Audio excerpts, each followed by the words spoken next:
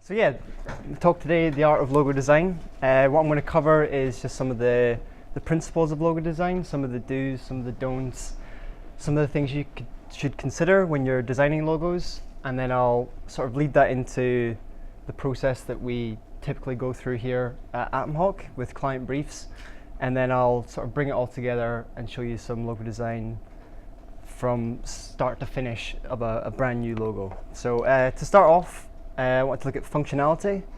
So logo function is probably one of the most important, if not the most important thing you have to consider. Some of the questions you should really be thinking about when you're approaching a design is how well it's going to work for the company or the product that you're designing for. Does it tell some sort of a story? What's the purpose behind it? Just from looking at the logo, is it obvious what is being sold to you? Do you know straight away what it is? How will this just help the brand in general? The logo is often a starting point for a lot of companies, and the brand sort of takes hints from the logo and it expands from there. And good design doesn't happen by accident. That's just true with any design. All the best logos out there are well thought out. They're not just someone going on a font website, downloading something they think looks cool, and then saying, hey, it's done. There's always a sort of a thought process behind it. Some examples I want to show you is the Amazon logo. On the face of it, it's quite a simple logo, but really the magic is all in this little orange underline. Whether you realize it or not, there's a little smiley face in there just underneath the Z, which is obviously showing their customer satisfaction. Whatever you buy from us, you will be happy. But what's even cooler still is they're literally pointing out the letters A and Z. So they're telling you we stock everything from A to Z in a little delivery arrow. So if you can sum up exactly what your company is all about just with the logo, that's great. If only you could do that more. Another awesome example is from the game Evolve, where they literally tell you the game mechanics just through the logo design. The balancing of the shapes tell me that player 5 is equal to players 1 through to 4, and then the inverse of the colors neatly fits in as a sort of verses. And this then leads into the marketing campaign, where they clearly state, the monster versus players 1, 2, 3, and 4. And it's just a really clever design. To sum up the game mechanics within the logo it's really cool. One other example I wanted to point out is the Walking Dead. Now, is it obvious from this logo what it's all about? Well, it's quite distressed. There's some grunge going on. So we know it's going to be sort of zombie based or something like that. But what they do is, with each season, as time progresses, they decay the logo more and more. They sort of mimic what's going on in the show through the logo design, which is a really clever idea, because if you can tell your audience just from your logo what is going to be happening in this show, especially if you've been following it from season to season, then that's really great way of selling your show. The only flaw is once they get to like season 20, there might not be much of a logo left. Let's also hope it doesn't get to that stage, but I'm sure they'll come up with some sort of clever design workarounds. Another useful point to consider is scalability. So when I design a logo, I always design it in Adobe Illustrator. This is a vector-based program. It handles EPS, AI, and SVG files. So these are all vector format. I would suggest do not create your logo in Photoshop, at least from the start. Fair enough if you want to sketch out some ideas, but the core of it, the base, should be done in Illustrator, because if you often don't know what size your logo is going to need to scale to, and Illustrator handles that very well. As I said, it's a vector-based program. Photoshop is a raster-based program. So bitmap images, if you have each of these at 100%, and the client comes back to you and says, oh, we want this 3 times bigger, and that's the maximum size you've designed it at, you're going to have some pixelation issues, and you'll probably have to redesign it. But if you do it in Illustrator just from the start, it's not a problem. It can scale to infinite sizes, and there's no problem. One cool little trick is there's a little tick box in the view option of Illustrator called Pixel Preview. And this is particularly useful for, I'd say, smaller icons, smaller logos, maybe on a website or on app stores and that type of thing. If you turn Pixel Preview on, it will automatically add in that pixel compression, and you can sort of gauge how well it's going to adapt to the compression once it's uploaded somewhere. So it can be really handy to figure out if the border on that's not quite thick enough, it's not readable at a distance. So it's just a useful thing to sort of look out for. Like I said, the cross-platform flexibility that you need to have with logos these days is insane. We typically design for mobile, tablets, video games, like something that's going to be displayed on a smaller screen. But there are times where it has to be designed for print, or it hasn't happened yet as far as I'm aware, but it could be slapped on the side of a giant building. And having that scalability, again, using Illustrator or any sort of vector-based program is going to help you with that. Just to give you an idea of the sort of sizes we have to work with, this is a template for iOS 9, and there's 38 variations just for Apple. It's probably more now, but this is for the watch, the iPad, the iPhone, the App Store, and you really have to try and design something that's going to fit into all these templates, and it's sometimes easier said than done. So in the other slide I had a little note for responsivlogos.co.uk, which is a really cool website where they show famous brands from around the world and display their logos. But as you resize your browser, the logo adapts to the different sizes. And this is one of the examples they got for Disney. So we all know the full-size Disney logo, but as you scale your browser, and they will use this in different instances, the logo will scale down appropriately until it gets to just the Walt Disney D. And these will all have their own different uses. So the D will be perhaps on an app or something like this, whereas the full-size logo will be on their DVDs, Blu-rays, feature films, and then anything else will be used in website banners or whatever. And loads of companies do this. This is another one from Warner Brothers, where they again follow the same process, scaling it down, and then obviously as it gets to the smallest icon, they've inverted the colors. Sometimes you have to do this just to get it to read well from a distance. So simplicity. There's an art to simplicity, and often the best logos out there and the more successful ones are the simple ones. Reasons for this is saying too much can cause confusion. It's like the Amazon logo I showed you. All it needs is a little underline for it to work, and that you don't need anything more than that. There are ways of checking if it's going to work. Looking at black and white and color is a good way of testing, because you don't know necessarily the final color of your logo. Like Coca-Cola, for example, or Nike, or any of these sports brands, they will alter their colors based on different sports teams, different training wear, and it has to work for all of those. So checking beforehand that it's going to work in both black and white and color can be really important depending on who your client is. The thing about also about simpler logos, particularly with the update to when we moved to iOS 7, was everything went flat and much simpler shapes. Something useful about that is it's much easier to iterate on. If someone wants a simple change, you can just copy and paste or add a few different points here and there. You don't have to redraw this complicated pseudo 3D thing that we used to have with the iOS 6. And obviously the goal is to make your logo as recognizable as possible, which is often easier said than done, and that then comes through with branding and stuff later on. But if you can create something at the start that's going to be recognizable, if the name gets big enough, then you're onto a winner. So these are just 5 famous brands, full color, but if we turn them black and white, we know exactly what they are, and we could turn this any color and we will still know what it is. I mentioned saying too much can cause confusion. Although this is not a confusing logo, it's I think it's an orange drink. There's all this unnecessary sort of waves going on.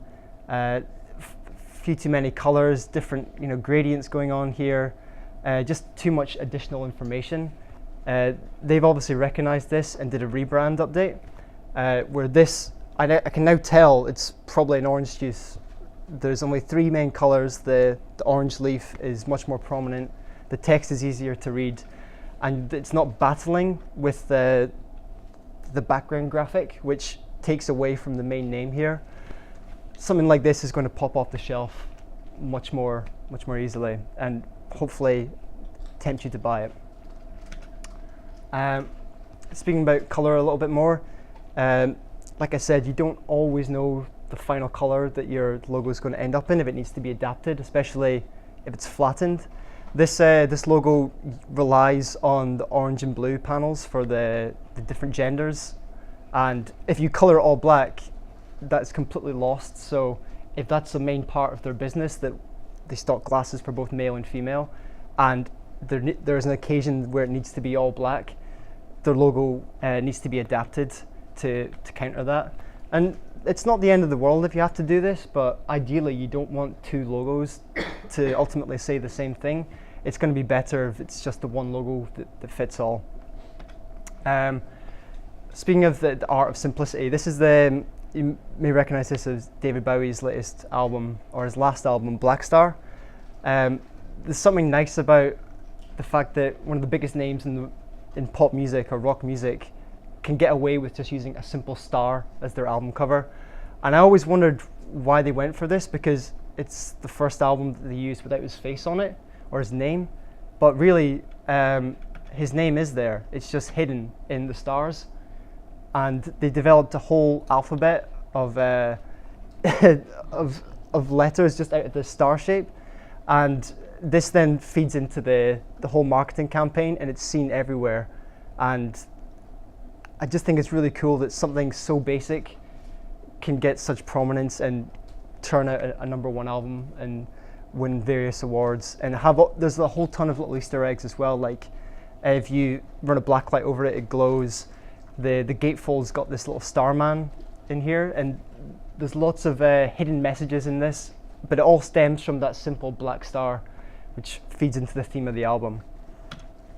Adaptation. So often logos have to adapt with the times. Google recently went through a visual refresh where I think they were sort of falling behind a little bit, where their identity was looking a little bit dated.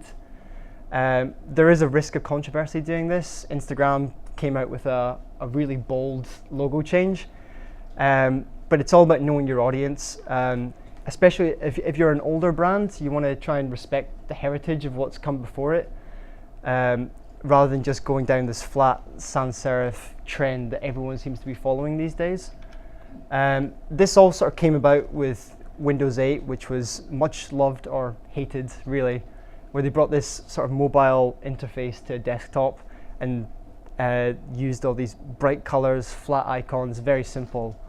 But in my opinion, it wasn't really until iOS 7 came along where this sort of forced people to adapt to this trend, because everyone has an iPhone and they don't want their icon to look out of place or behind the times.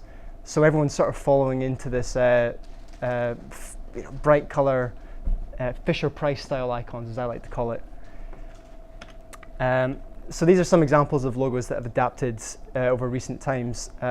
Sun & Comfort, the reason for their change, as far as I'm aware, is they wanted to aim it at a younger audience, which makes complete business sense if you're trying to target that market, and your logo on the left is maybe a little bit too old-fashioned, and you want to draw in a younger audience. A logo change is the way to do that. I personally like the logo on the left more, but maybe I'm just old-fashioned.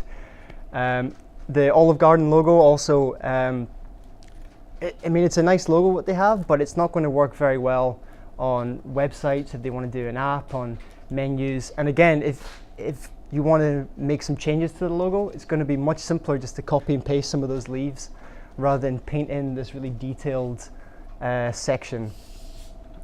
And sports teams have done this as well recently. The Arsenal example is probably one of the better ones of this.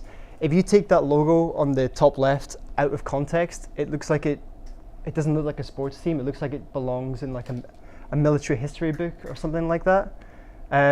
So clearly, if they want to sell more shirts and have the players that they spend millions of pounds on looking and presented in the best possible way, creating a nicer logo is one way of doing that.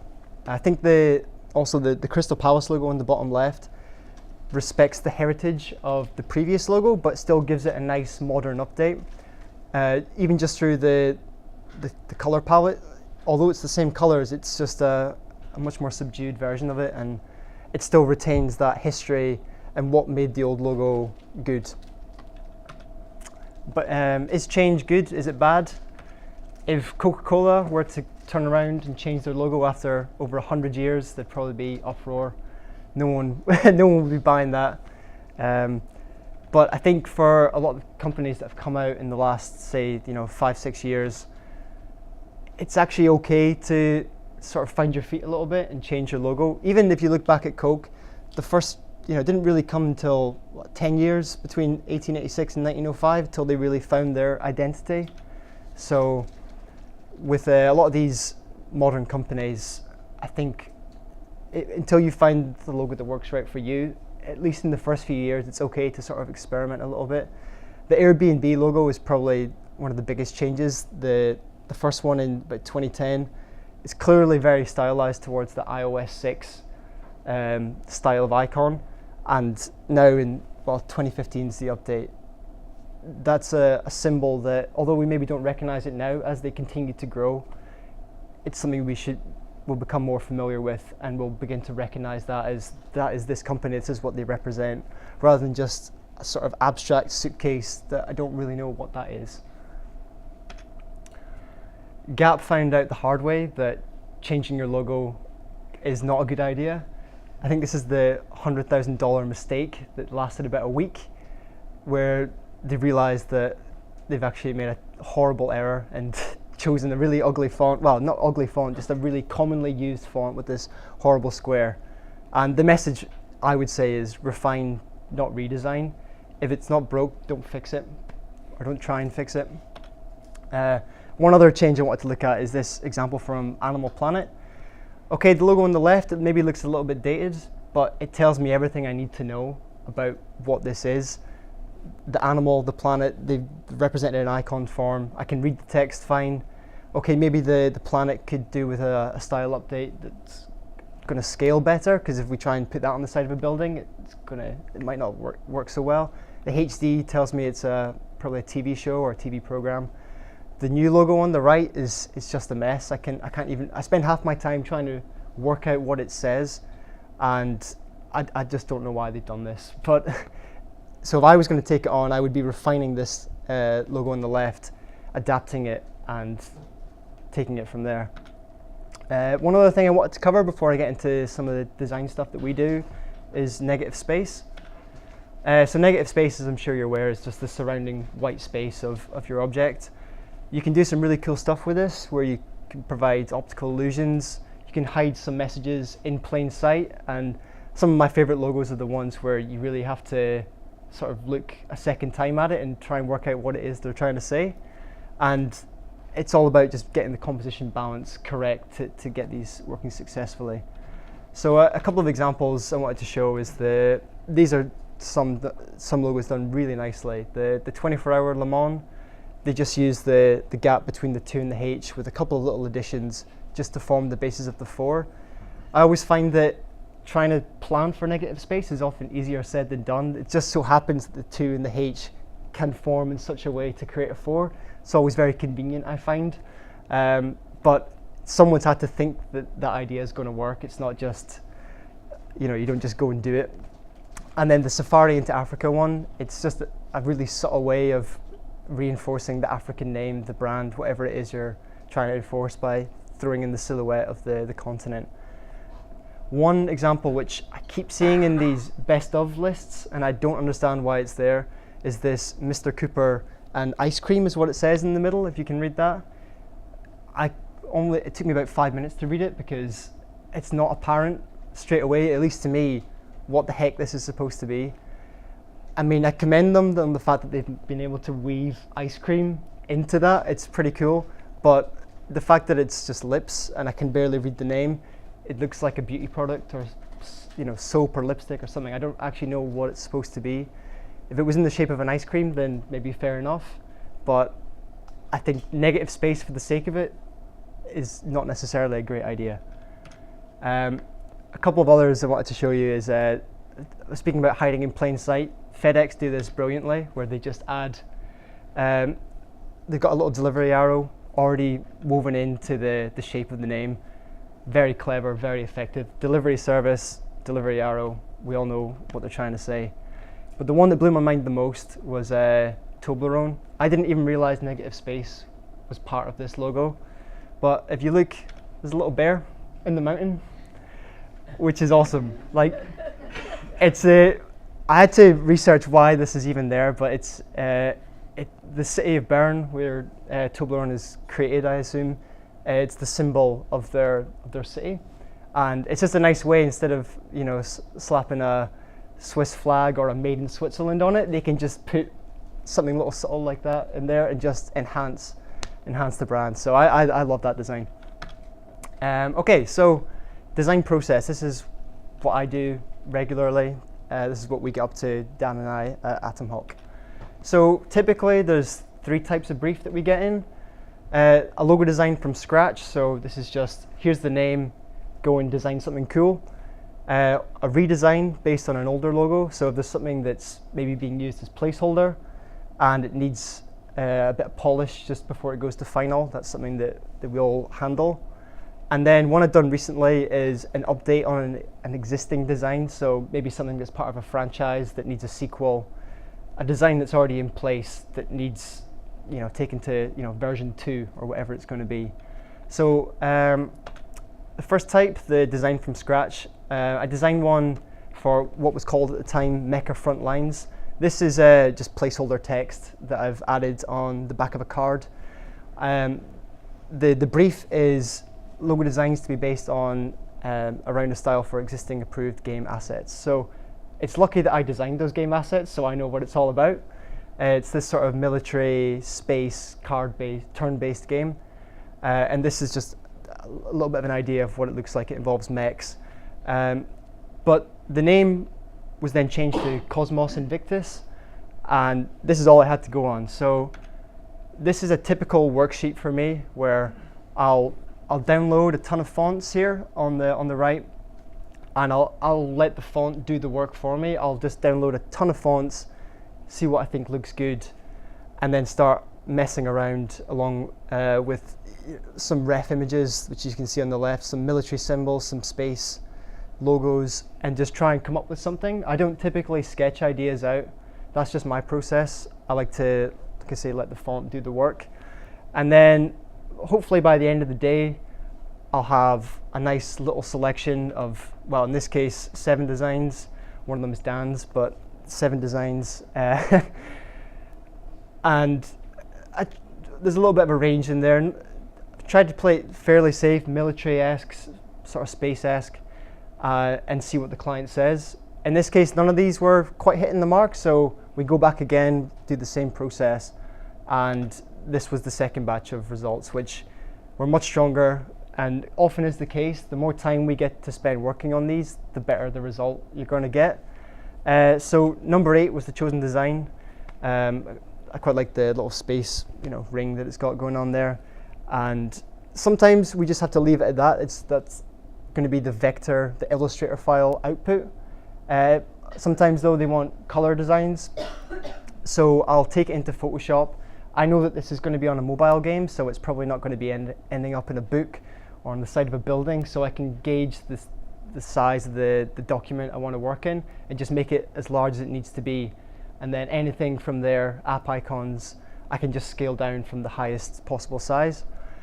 Took it into color, really went for it with the space theme, lens flares, nebulas, scratched metal, and there we go. That was done first pass with a couple of minor tweaks here and there. And yeah, that's it, done. The next sort of logo is improving upon an existing logo design. So for this Nightmare Guardians logo, they wanted something that was a bit more space conscious. That cape at the bottom or the M sticking up uses up valuable screen space, and if we can create something that's going to work a little bit better, that's what they're after. They like the idea of some swirling shapes with that you see from the Dementors in Harry Potter, which they kind of got going on a bit at the bottom. So that integrated with some cool graphic design and 2 different tonal ranges for the Nightmare and the Guardian's text. So in this case, they provided some reference. This is again the sort of nice graphic design work they want to see. Like the Bolt logo has got the little lightning bolt woven in. The Darksiders has got this sort of tail on the end. The Brave logo has got this sort of texture to it. So something along those lines. They also provided some in-game screenshots so I can see what type of game it's going to be. This is really helpful because sometimes we're going in blind and we don't know necessarily what it's going to look like, but in this case we got some nice ref. So I can see it's going to be heroes versus sort of skeletons, demons, that sort of thing. I'll then look at my own reference. So in this case it's quite hero based, and although this isn't the sheet I used for ref, it's the sort of thing that with certain genres you can pick up on certain trends. So with the superhero logo, if you make it bold and embossed, add some metal, add some scratches and some grunge, some lens flares maybe, you put all that together, you're going to get something that resembles a hero logo. And you can do this with all sorts of genres, but in this case I wanted to show you heroes. So this was the sheet where there's a whole range of different styles, some that are more horror based. This one here at the top left is quite comic book inspired. This one's maybe a little bit too sporty, so they didn't go for that. This one's maybe a little too complex. So we just threw out various ideas. These were all submitted at various stages. I've just put them together in a sheet until we find something that works. And there's a lot of back and forth at this stage. But this was the logo that they liked the look of. So again, I'll take it from Illustrator and then bring it into Photoshop. In this case, we did a ton of different style passes in color just to sort of see what they wanted. And it was a strange one, this, because this is kind of where it ended. We gave them a ton of ideas and we never heard back, so I don't actually know if they ended up using it, but we liked some of the ideas, or I certainly did. And I liked this one on the top left was my favorite, and for one of our show reels, just to show off some of our logo design work, I then animated this later and it looked something like this.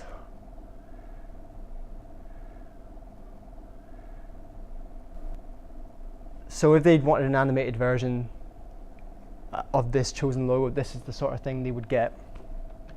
And the last type of brief that I've encountered so far is the logo franchise. Although, like I said, I can't show you at the minute the one I've worked on, but this covers the same points.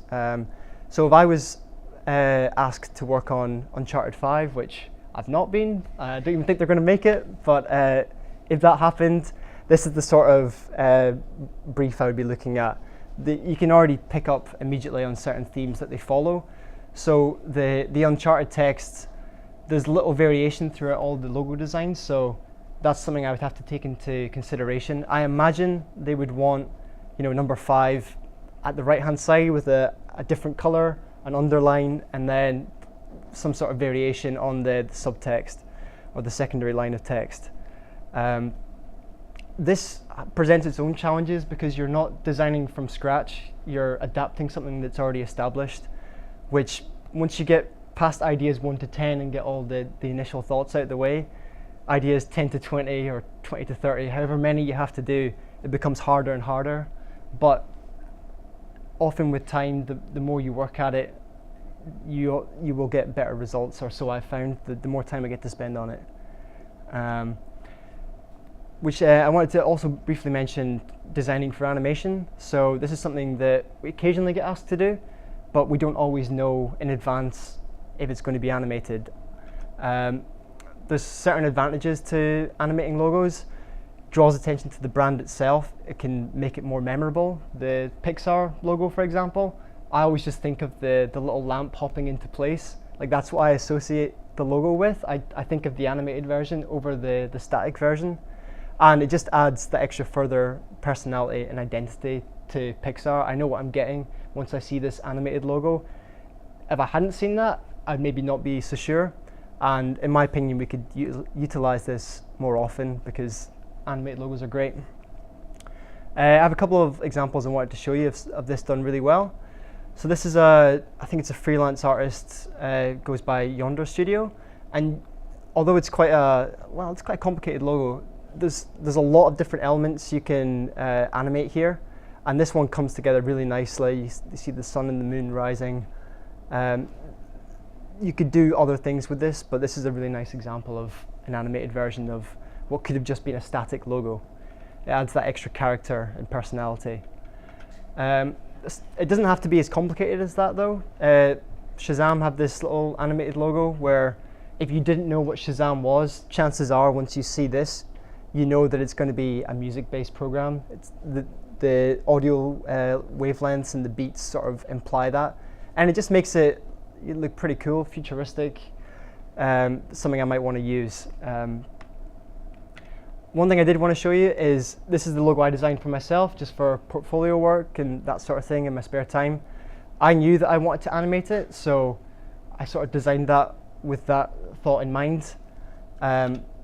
These are all the elements that I knew I could animate. So whilst there's only 2 words there in a line, there's actually, I think it's 18 different elements. And I could break that down further if I wanted. And I know that I'm going to do something, I'm going to move them all out of place and then slot them in.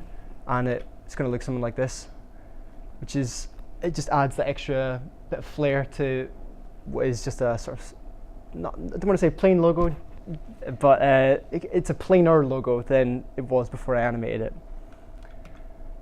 Okay, so to sort of bring this all together, I wanted to rebrand the Atomhawk logo just for a bit of fun. Just to give you a little bit of history of the logo, these are some of the early ideas. The top ones are quite cartoony. I guess the company were still finding their feet about what the brand wanted to be. It then veered more into this sort of direction here on the right, and this was the logo I think from 2009 to 2015, something like that. Yeah, and it sort of tells you what the company was about for that time period. It's a little bit dated to that time period, and there's a reason why it was then changed in 2015. This logo is what we use currently, and it's much less genre specific. In the previous logo, it's quite sort of fire and brimstone, metal, that sort of feeling going on, and that was reflected in the artwork that was being made. We do all sorts of artwork now, everything from Lego to Warner Brothers, Injustice stuff, Mortal Kombat, that sort of thing. There's a massive range, and I wanted to design something that sort of went back to the roots a little bit, because Atomhawk is just crying out for some sort of metal band 80s style logo to be made. So I've got a little demo. Yeah, this is the sort of thing I'm talking about. This was the reference I gathered for myself, and I've got like a 5-minute video which I'll talk over, of how I went from just picking a font, creating it, going through Illustrator, going through Photoshop, and you will see my redesign.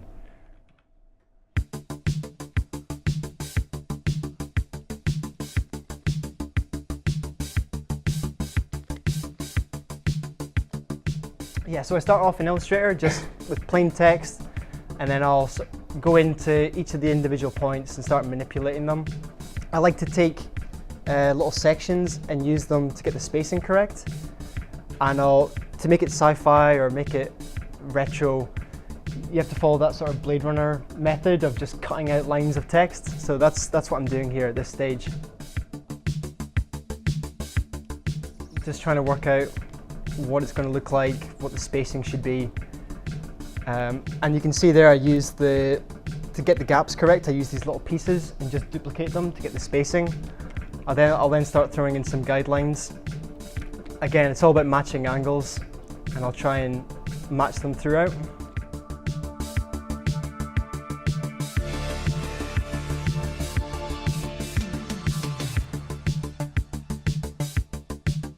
So it's starting to take shape now. The rest of it's just sort of refining. I sort of know what I want to do with it. Again, it's just more rinse and repeat of moving points around, getting the angles looking correct until it sort of looks the way I want it to.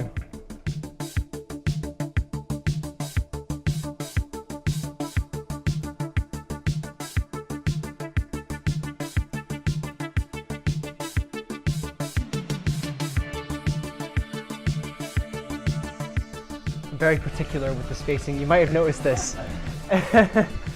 Everything has to line up just correct.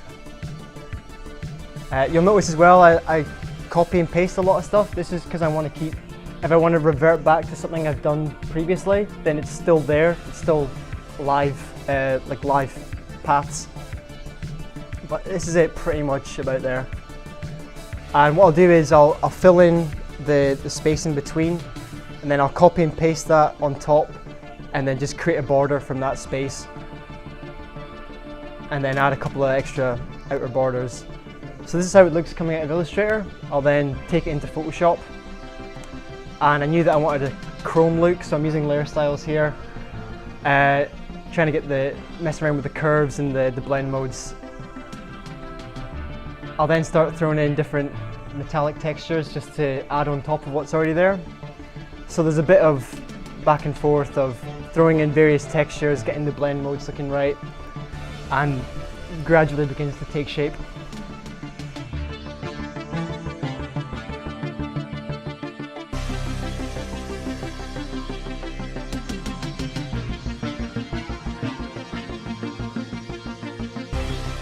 Yeah, so I wanted to bring in some colour as well. It didn't quite work on that first pass, but I come back to it.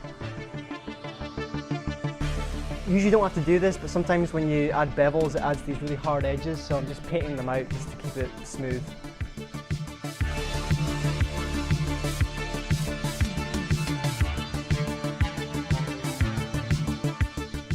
So yeah, I then add in an extra outer bevel just to make the text a bit more readable. And then I think I bring in some colour again in a second.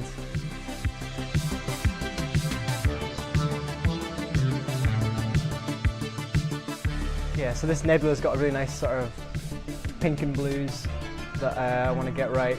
And then lens flares, of course. So there's a ton of lens flares in this. I'll then go in and sort of refine them a little bit. And then it's just after this I'll get the colour balance correct. So yeah, finally got a use for the nebula in the end. That's not it though. I wanted to create a hawk symbol to go along with it because no logo would be complete without an icon. So I just got some nice stock images of some hawks that I liked, and I've just taking different sections from each one. So I like the wings of this, so I'll just crop it, take the bits that I like from each one and sort of mash them together and make this Frankenhawk.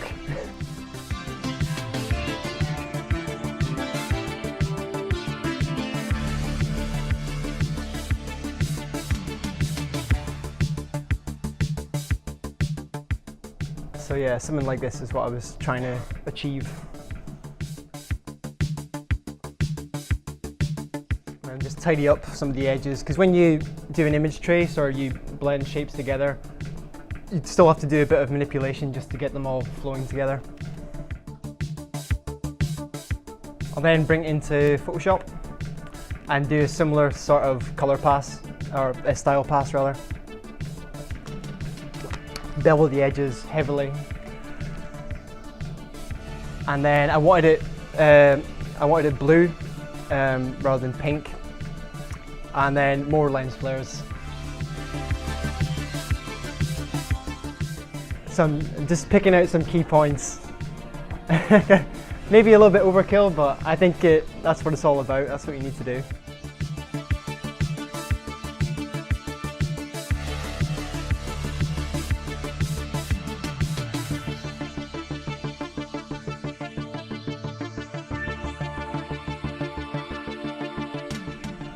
Okay, and that's what I end up with.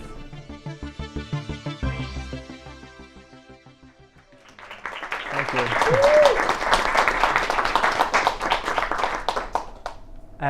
not quite finished yet. I've got a couple, just want to wrap it up. More lens flares. Yeah, so I did a little bit of touch up afterwards. This is just made it a little bit brighter.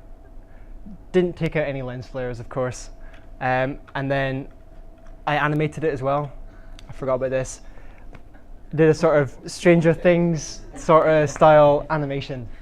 And it was crying out to be animated, so that's what I ended up doing. I'll repeat it again if I can work it out.